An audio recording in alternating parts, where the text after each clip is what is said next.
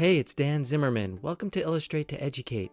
Fascism is a complex and mutable political ideology, but is typically defined as a far-right, authoritarian, ultranationalist political ideology and movement, characterized by a dictatorial leader, centralized autocracy, militarism, forcible suppression of opposition, belief in a natural social hierarchy, subordination of individual interests for the perceived good of the nation and race, and strong regimentation of society and the economy.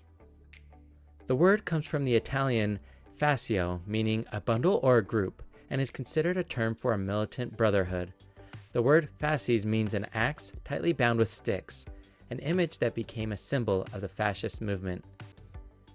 Fascism came to prominence in the 1920s and 1930s in Europe.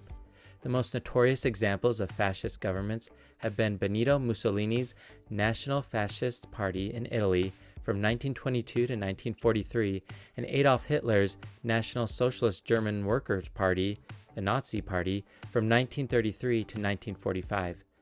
Other countries have also been ruled in the 20th century by fascist regimes, such as Francisco Franco in Spain and Juan Perón in Argentina.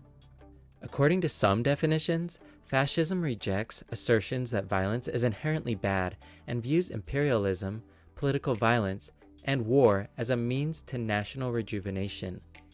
Fascists often advocate for the establishment of a totalitarian one-party state and for a dirigist economy with the principal goal of achieving autarky, national economic self-sufficiency, through protectionist and economic interventionist policies. Fascism's extreme authoritarianism and nationalism often manifests as belief in racial purity or a master race, usually blended with some variant of racism or bigotry against a demonized other. Since the end of World War II in 1945, few parties have openly described themselves as fascists. The term is more often used derogatorily by political opponents.